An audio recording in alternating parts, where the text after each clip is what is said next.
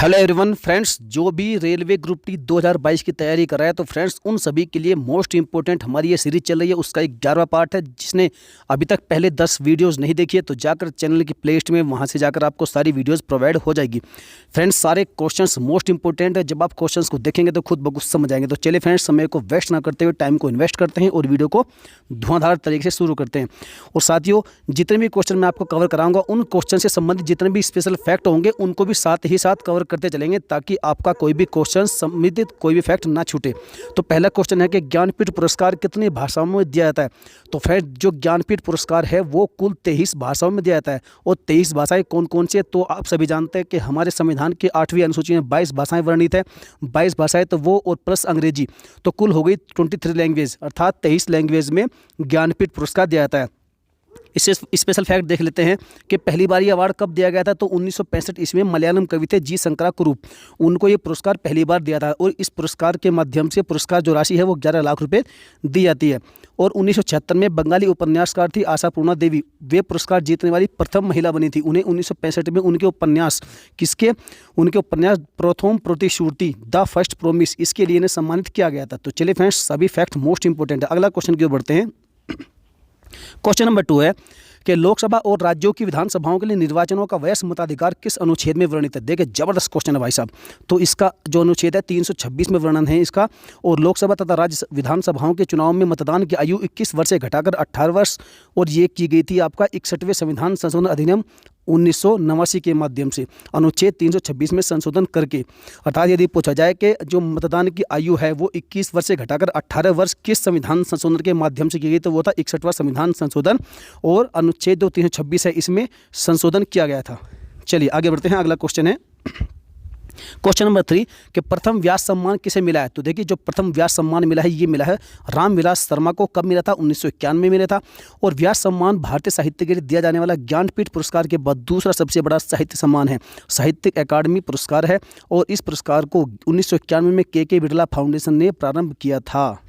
चलिए, जबरदस्त क्वेश्चन है, आगे बढ़ते हैं। अगला क्वेश्चन है कि नीति आयोग का अध्यक्ष कौन होता है। तो आप सभी जानते हैं नीति आयोग के अध्यक्ष होते हैं आपके प्रधानमंत्री। और नीति आयोग का पहले नाम क्या था? तो योजना आयोग था। और 2014 से पहले इसका नाम था योजना आयोग। बाद में जब मोदी जी प्रधानमंत्री पहली बार बने थे तो उन्होंने इसका नाम बदल कर दिया गया था नीति आयोग। और 13 अगस्त 2014 को योजना आयोग खत्म कर दिया गया था और इसके स्थान पर लाया गया था नीति आयोग। और 1 जनवरी 2015 को ये स्थापित हुआ था। योजना आयोग की स्थापना यदि पूछा जाए कब हुई थी, इसकी स्थापना हुई थी 15 मार्च 1950 ईस्वी को। चलिए आगे बढ़ते हैं। अगला क्वेश्चन है कि राष्ट्रीय सुरक्षा, जिसे हम रासुका कहते हैं, वह एक्ट कब पारित हुआ था। तो फ्रेंड्स याद रखिएगा, जो नेशनल सिक्योरिटी एक्ट है अर्थात राष्ट्रीय सुरक्षा एक्ट रासुका 1980 में पारित हुआ था। और इसमें दूसरा संशोधन किया गया था कब? 1984 को। और निवारक निरोध अधिनियम 1950 में, जो कि वर्ष 1969 में समाप्त हो गया था। चलिए आगे बढ़ते हैं। अगला क्वेश्चन है क्वेश्चन नंबर 6, अंतर्राष्ट्रीय सौर गठबंधन शुभारंभ फ्रांस और किस देश ने किया था। देखिए, जो अंतर्राष्ट्रीय सौर गठबंधन का शुभारंभ है उसका जो शुरुआत है वो फ्रांस और किस देश ने की गई थी, ये पूछा गया है आपसे। तो इसका राइट आंसर है फ्रांस और भारत ने की थी इसकी शुरुआत। और भारत और फ्रांस के द्वारा 30 नवंबर 2015 को पेरिस में ये गठबंधन किया गया था। और यह भारत के प्रधानमंत्री श्री नरेंद्र मोदी जी के द्वारा की गई पहल का परिणाम है। सदस्य देश पूछा जाए कितने हैं? 124 हैं। और इसको हेडक्वार्टर है गुरुग्राम, हरियाणा में। और डायरेक्टर जनरल वर्तमान में इसके हैं अजय माथुर जी। चलिए आगे बढ़ते हैं। अगला क्वेश्चन है क्वेश्चन नंबर 7, भारतीय कम्युनिस्ट पार्टी की स्थापना कब हुई थी। जबरदस्त क्वेश्चन है भाई साहब। देखिए, आपको फ्रेंड्स जितने भी क्वेश्चन मिलेंगे सारे दमदार और धुआंधार मिलेंगे। बस आप वीडियो को देखिएगा। यदि आपको हमारी वीडियो कंटेंट ईमानदारी से अच्छा लगेगा तो फ्रेंड्स वीडियो को अभी के अभी लाइक ठोकिएगा। और जिसने हमारे चैनल को सब्सक्राइब नहीं किया तो सब्सक्राइब करें, बेल आइकन को जरूर प्रेस कर लीजिएगा ताकि आप हमें हौसला मिले और आपको आने वाली और भी अच्छी वीडियोस आपको प्रोवाइड हो सके। तो साथियों याद रखिएगा, भारतीय कम्युनिस्ट पार्टी की स्थापना हुई थी 26 दिसंबर 1925 को। और वर्तमान में भारत में कुल कितने राष्ट्रीय पार्टियां हैं? तो भारत में वर्तमान में कुल 8 राष्ट्रीय पार्टियां हैं। बीजेपी की स्थापना हुई थी 6 अप्रैल 1980 को। कांग्रेस की 28 दिसंबर 1885 को किसने की थी? ए.ओ. ह्यूम ने की थी। चलिए नेक्स्ट क्वेश्चन है क्वेश्चन नंबर 8, पारसी धर्म के अनुयायी किसे सर्वोपरि मानते हैं। तो जो पारसी धर्म के अनुयायी होते हैं वो जरथुस्त्र पंथ को सर्वोपरि मानते हैं। जरथुस्त्र कौन थे? ये पारसी धर्म के संस्थापक थे और यह जैन अवेस्ता नाम के धर्म ग्रंथ पर आधारित है। यदि पूछा जाए कि पारसी धर्म का जो मुख्य जो धार्मिक ग्रंथ है वो कौन सा है, तो वो जैन अवेस्ता है। चलिए आगे बढ़ते हैं। उनका प्रमुख देवता है जरथुस्त्र। आगे बढ़ते हैं। अगला क्वेश्चन है 100 मिली खून में अल्कोहल की वह सीमा क्या है जिससे ऊपर गाड़ी चलाना अपराध है। देखिए कितना अच्छा क्वेश्चन है फ्रेंड्स, बड़ा ढूंढ कर लाए गए हैं आपके लिए कि आपसे पूछा गया 100 मिली खून में अल्कोहल की वह सीमा क्या है जिससे ऊपर गाड़ी चलाना अपराध है। तो देखिए इसका राइट आंसर 30 mg 30 mg।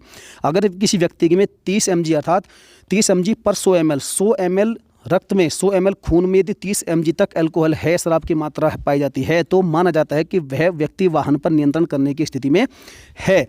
इसलिए फ्रेंड्स याद रखिएगा 30 mg पर 100 ml तक यदि अल्कोहल की मात्रा हमारे ब्लड में है तो वह ऐसा माना जाता है कि वह वाहन पर नियंत्रण कर सकता है। चलिए अगला क्वेश्चन है, प्रयाग प्रशस्ति किसके द्वारा रचित लेख है।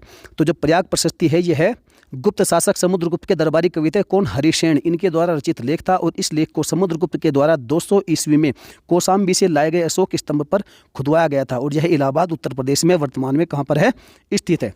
चलिए आगे बढ़ते हैं क्वेश्चन नंबर 11। 2011 की जनगणना के अनुसार अल्पसंख्यक समुदाय का प्रतिशत कितना है।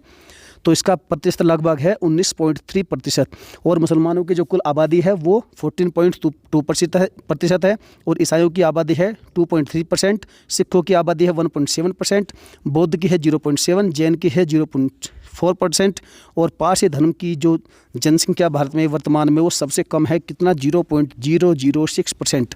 और वर्ष 2011 की जनगणना के आंकड़ों के अनुसार हिंदुओं की कुल जनसंख्या 96 करोड़ 60 लाख है जो कि कुल जनसंख्या का 79.8% है। देखिए फ्रेंड्स कितने अच्छे फैक्ट हैं, कितना ढूंढ कर मेहनत करके आपके लिए लाई गई हैं, आपको प्रोवाइड कराए गए हैं। चलिए आगे बढ़ते हैं। अगला क्वेश्चन है क्वेश्चन नंबर 12। 1906 के कांग्रेसी अधिवेशन में अध्यक्ष कौन थे। तो देखिए जो 1906 का कांग्रेस का अधिवेशन हुआ था उसमें अध्यक्ष थे दादा भाई नेहरू जी और ये हुआ था आपका कोलकाता में। और जो 1886 का हुआ था वो कलकत्ता में हुआ था, 1893 का हुआ था ये लाहौर में हुआ था। इन दोनों में भी क्या किया था, जो दादा भाई थे इन्होंने अध्यक्षता की थी आपसे, लेकिन पूछा गया 1906 का। तो याद रखिए 1906, 1886 और जो 1893 है ये किए गए थे आपके लाहौर में। चलिए 1886 का कलकत्ता में और 1893 का लाहौर में।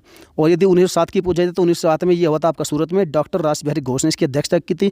1968 का आधारीपुरा और 1939 का त्रिपुरी में, इन दोनों की अध्यक्ष थी सुभाष चंद्र बोस ने। 1924 में महात्मा गांधी ने बेलगांव में, ये इंपॉर्टेंट भाषा इसको याद रखिएगा, मोस्ट IMP ये क्वेश्चन है कि महात्मा गांधी ने किस कांग्रेस अधिवेशन की अध्यक्षता की। तो वो की थी बेलगांव अधिवेशन की 1924 ईस्वी में। और 1929 का लाहौर और 1937 का फैजपुर जो अधिवेशन था उसमें अध्यक्षता की जवाहरलाल नेहरू ने। और 1917 का एनी बेसेंट कोलकाता। 1885 जो इसकी स्थापना हुई थी तो उस समय पर इसकी मई में स्थापना हुई थी और व्योमेश चंद्र बनर्जी ने इसकी क्या की थी, अध्यक्षता की थी इस अधिवेशन की। चलिए आगे बढ़ते हैं। अगला क्वेश्चन है क्वेश्चन नंबर 13। CRPF की फुल फॉर्म क्या है। तो देखिए CRPF की फुल फॉर्म है सेंट्रल रिजर्व पुलिस फोर्स। क्या है, सेंट्रल रिजर्व पुलिस फोर्स। और इसका पहले नाम क्या था, तो इसका पहले नाम था क्राउन रिप्रेजेंटेटिव पुलिस, अर्थात जो इसकी स्थापना हुई थी वो 27 जुलाई 1939 को हुई थी। उसको उस टाइम पर नाम था क्या, क्राउन रिप्रेजेंटेटिव पुलिस। और वर्तमान में इसका नाम जो है वो 28 दिसंबर 1994 को 1949 को माफ़ कीजिएगा 28 दिसंबर 1949 को CRPF एक्ट के लागू करने पर केंद्रीय रिजर्व पुलिस फोर्स कर दिया गया था। और इसका मोटो क्या है, मोटो है इसका सेवा और निष्ठा, अर्थात सेवा और निष्ठा या फिर कह लीजिए सर्विस एंड लॉयल्टी। चलिए आगे बढ़ते हैं। Question number 14। पायरोडॉक्सिन किस विटामिन का रासायनिक नाम है। जो पायरोडॉक्सिन है वो विटामिन है, विटामिन B6 का रासायनिक नाम है पायरोडॉक्सिन। विटामिन K की बात करें तो इसका रासायनिक नाम है रेटिनॉल। विटामिन B1 का थायमिन, विटामिन B2 का राइबोफ्लेविन, विटामिन B5 का पेंटोथेनिक एसिड, विटामिन B6 का है पायरोडॉक्सिन मैंने आपको बता दिया है। और विटामिन B7 का है बायोटीन, विटामिन B9 का फोलिक एसिड, विटामिन B12 का है कोबालामिन। जबकि विटामिन C का रासायनिक नाम है एस्कोर्बिक एसिड। ये बार बार पूछे जाते हैं इसलिए मैं आपको सारे के सारे बता रहा हूँ। और विटामिन E का रासायनिक नाम है कैल्सिफेरॉल। जबकि विटामिन K का जो रासायनिक नाम है वो है पाइटोनेडाइन, याद रखिएगा। चलिए आगे बढ़ते हैं। अगला क्वेश्चन है क्वेश्चन नंबर 15। लर्निंग लाइसेंस की जो वैधता होती है वो कितने माह की होती है। जब आपका पक्का लाइसेंस बनता है उससे पहले आपका लर्निंग लाइसेंस दिया जाता है आपको, तो उसकी जो वैधता होती है, वैलिडिटी होती है, वो होती है आपकी 6 महीने की। और लर्निंग लाइसेंस 6 महीने तक वैध माना जाता है। और स्थायी लाइसेंस के लिए लर्नर लाइसेंस जारी होने की तारीख से 30 दिनों के बाद और 6 महीने से पहले आवेदन किया जाना चाहिए। जो 30 दिनों जब ये लर्निंग लाइसेंस आपको जारी हुआ था तो उसकी तारीख से 30 दिनों के बाद से और 6 महीने के पहले आपका आवेदन स्थायी लाइसेंस के लिए आना चाहिए। चलिए जबरदस्त क्वेश्चन है। तो फ्रेंड्स वीडियो कैसी लगी, कंटेंट हमारा कैसा लगा बताइएगा जरूर, वीडियो को लाइक जरूर ठोकिएगा और अपने जब सभी दोस्तों में सभी ग्रुप्स में शेयर कर दिएगा, धुआं धुआं कर जाएगा। क्योंकि फ्रेंड्स वीडियो बनाना मेरा काम है, समझाना मेरा काम है, लेकिन वीडियो को धुआं धुआं करना आपका काम है। चलिए यदि कोई आपके पास सुझाव है तो कमेंट करिएगा, यदि कोई मिसप्रिंट हो गया तो भी हमें बताइएगा जरूर। तो जिसने फ्रेंड्स अभी तक चैनल को सब्सक्राइब नहीं सब्सक्राइब कर इस बेल आइकन को जरूर दबा दिएगा। चलिए फ्रेंड्स मिलेंगे नेक्स्ट दमदार वीडियो में। जय हिंद, वंदे मातरम।